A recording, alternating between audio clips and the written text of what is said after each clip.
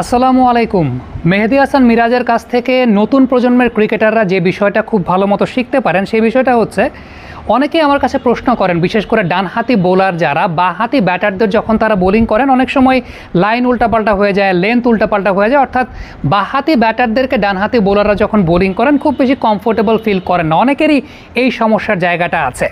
মেহেদী হাসান মিরাজ যে কাজটা করেন আপনি খুব ভালো মতো খেয়াল করবেন যে তিনি ক্রিজটাকে খুব ভালো মতো ব্যবহার করতে পারেন। অর্থাৎ যখন বাঁহাতি ব্যাটারকে তিনি বোলিং করছেন সেই সময়টাতে তিনি অনেক বেশি ওয়াইড অফ দ্য ক্রিজ গিয়ে বোলিং করার চেষ্টা করে থাকেন, অর্থাৎ সেই জায়গা থেকে একটা এক্সট্রা বিট অফ অ্যাঙ্গেল তিনি প্রডিউস করতে পারেন এবং সেক্ষেত্রে তার লাইনের জোনটা থাকে নর্মালি অফ স্টাম্প কিংবা ফোর্থ স্টাম্প, ওই করিডোরটা। অর্থাৎ এই জায়গাটাতে যেহেতু একটু ওয়াইড অফ দ্য ক্রিজ তিনি বোলিং করেন, অর্থাৎ একটা অ্যাঙ্গেল প্রডিউস তিনি করতে পারেন, যে কারণে তার জন্য একটু ইজিয়ার হয়ে যায় বাঁহাতি ব্যাটারকে বোলিং করাটা।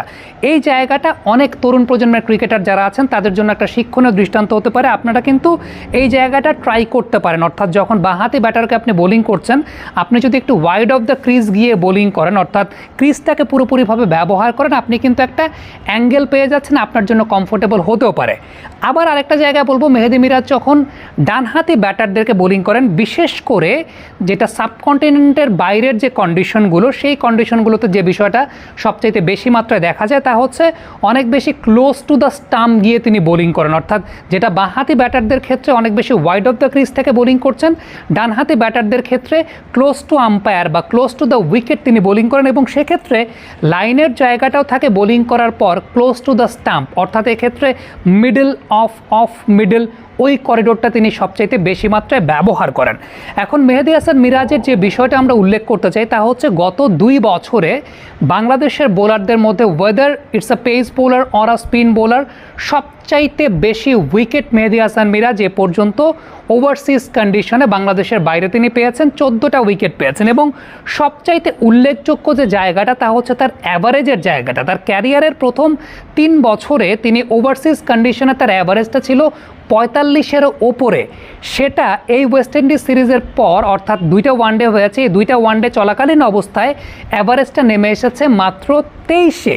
মাঝখানে তিনি সাউথ আফ্রিকা ট্যুর করেছেন, সাউথ আফ্রিকাতে দুর্দান্ত বোলিং তিনি করেছেন এবং কুইন্টন ডিকক থার্ড ওডিআইতে তাকে আউট করার জন্য ক্যাপ্টেনের সবচাইতে বড় ট্রাম্প কার্ডের জায়গাটা ছিলেন মেহেদী হাসান মিরাজ। অর্থাৎ ওভারসিজ কন্ডিশনে এই যে তার অ্যাভারেজের এতটা উন্নতি, তার মানে বোঝা যাচ্ছে ওভারসিজ কন্ডিশনে বোলিং করার জন্য তিনি কিন্তু কাজ করেছেন।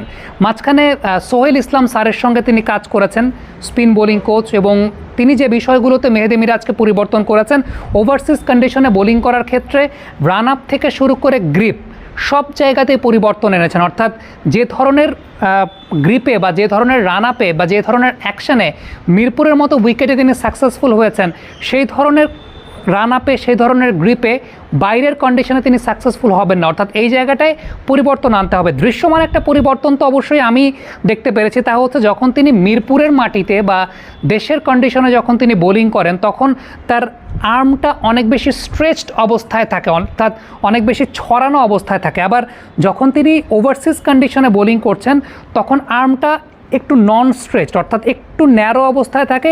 এক্ষেত্রে যে বিষয়টা হয়, অনেকটা স্ট্রেটিশ কাইন্ড অফ ডেলিভারি তিনি করতে পারেন, যেটা আমরা ডানহাতি ব্যাটারদের ক্ষেত্রে মিরাজের ওভারসিজ কন্ডিশনের সাফল্যের ক্ষেত্রে দেখছি। একটু জোরের উপরে একটু বেশি স্ট্রেটিশ, অর্থাৎ ব্যাটসম্যানকে খুব বেশি রুম তিনি দিচ্ছেন না।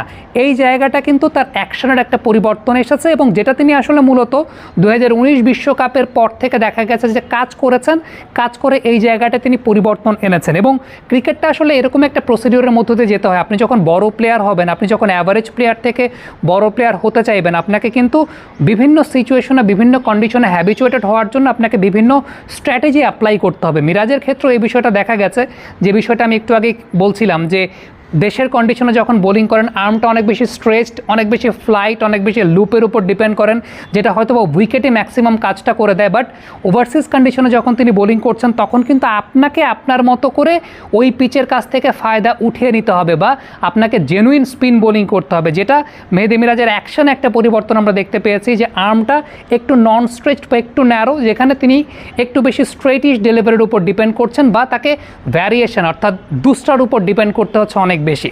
সো এই জায়গাটা অনেক ইম্পর্টেন্ট যে একজন বোলার নিজেকে কীভাবে ডেভেলপ করছেন।